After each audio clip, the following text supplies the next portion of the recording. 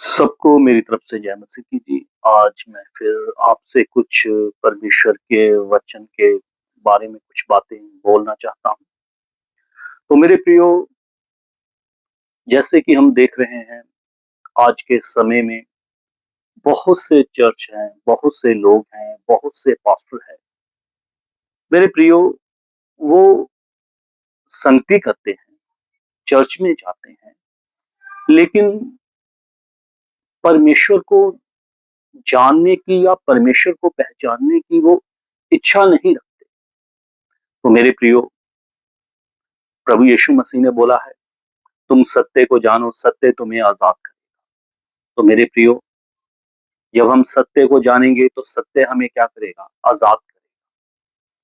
प्रभु यीशु मसीह का वचन हमें आजाद करता है, सब बातों से आजाद करता है।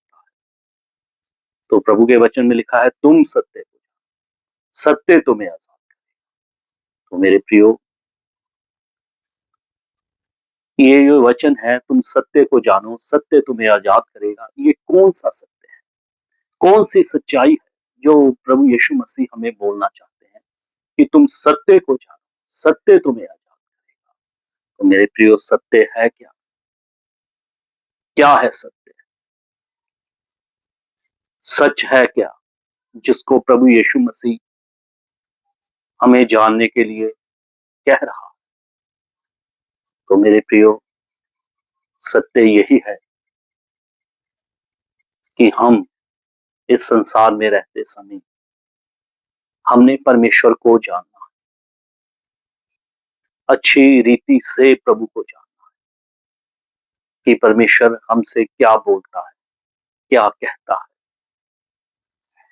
तो मेरे प्रियो, सत्य ये भी है कि हम संसार में मुसाफिर और परदेसी बन के आए।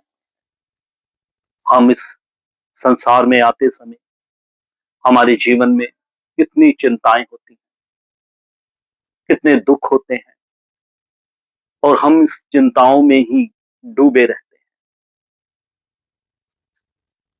तो प्रभु यीशु मसीह ने मत्ती में बोला, तुम चिंता मत करना, ना अपने खाने की, ना पीने की, ना पहनने की। तो इन सब बातों की चिंता मत करना। मैं तुम्हारा स्वर्गीय पिता तुझे किन वस्तुओं की जरूरत है मुझे मालूम है। लेकिन मेरे प्रियो, हम कुछ और ही बातों बातों में उलझे रहते हैं, कुछ और ही बातों में हम पड़े रहते हैं। कभी हम परमेश्वर के वचन को जानने की कोशिश नहीं करते, प्रभु को जानने की कोशिश नहीं करते कि परमेश्वर हमें क्या समझाना, क्या बताना चाहता। तो मेरे प्रियो, सत्य ये है कि हम थोड़े समय में इस धरती के ऊपर मेहमान बन के आए। और प्रभु यीशु मसीह ने बोला, मत्ती लूका में, लूका 9 अध्याय उसकी 23 आयत में बोला है, हम पढ़ेंगे मत्ती की लूका की इंजील 9 अध्याय उसकी 23 है। यदि कोई मेरे पीछे आए, अपने आपे से इनकार करे और प्रतिदिन अपना क्रूस उठाए और मेरे पीछे चले। तो मेरे प्रियो, यहाँ पे लिखा है प्रभु यीशु मसीह ने, अगर कोई मेरे पास आना चाहता है तो पहला काम उसने क्या करना है? अपने आपे से इनकार करना है। अपने आपे का इनकार का मतलब है, मेरे प्रियो, अपनी मन मर्जी को छोड़, अपनी मर्जी को त्याग। क्या हमने अपनी मन मर्जी छोड़ दी है? क्या आज भी हम अपनी मन मर्जी करते हैं? तो प्रभु के वचन में लिखा है, पहली बात, अपने आपे से इनकार। तो मेरे प्रियो, हमने अपनी मर्जी छोड़कर प्रभु यीशु मसीह की मर्जी को क्या करना है? पूरा करना है। हम, मेरे प्रियो, आए ही हम इसीलिए हैं। तो जब हम प्रभु यीशु मसीह में नहीं थे, हम अपनी मर्जी करते थे, अपनी मर्जी से चलते थे, अपनी मर्जी से खाते थे, पीते थे, सब कुछ करते थे। लेकिन मेरे प्रियो, जब हमने प्रभु यीशु मसीह को ग्रहण किया, ग्रहण करने के बाद ये जो वचन हमारे सामने रखा हुआ है। अपनी मर्जी को त्यागना, अपनी मर्जी को छोड़ना। मेरे प्रियो, क्यों छोड़नी है अपनी मर्जी? किस लिए छोड़नी है अपनी मर्जी? ताकि हम परमेश्वर की मर्जी और परमेश्वर की इच्छा को पूरा कर सकें।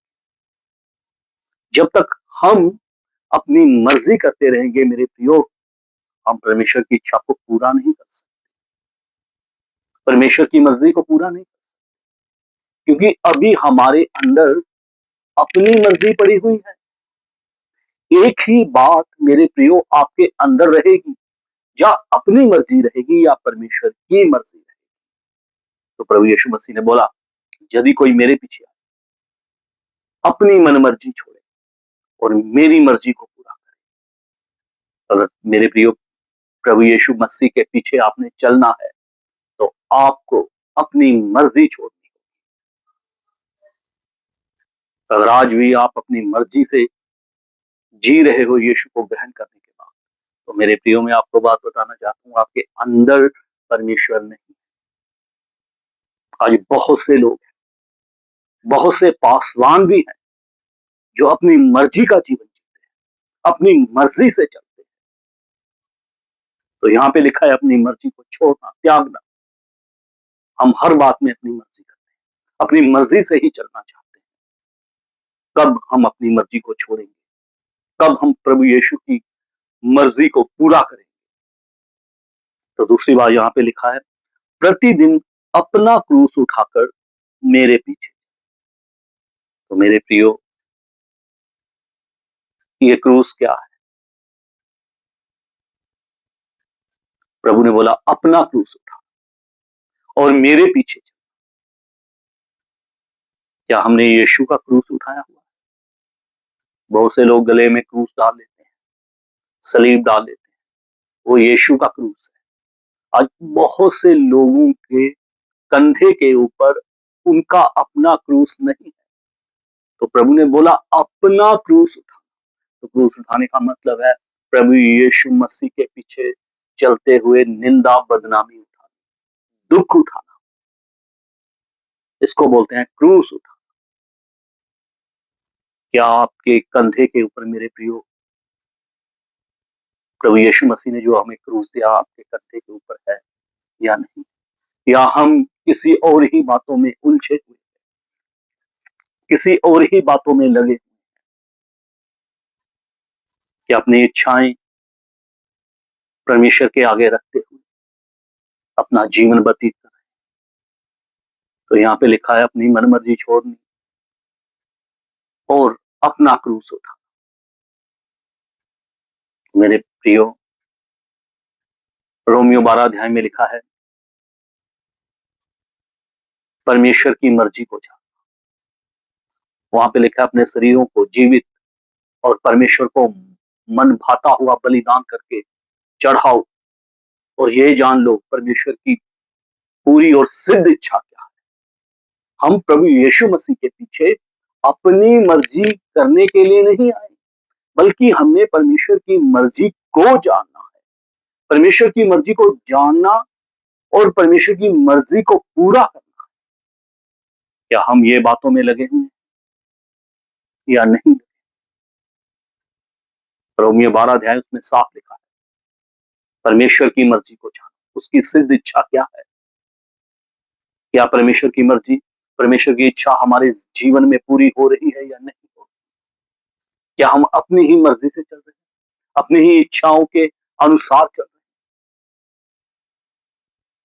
मेरे प्रियो, हम अंतिम अंतिम समय में रह रहे हैं,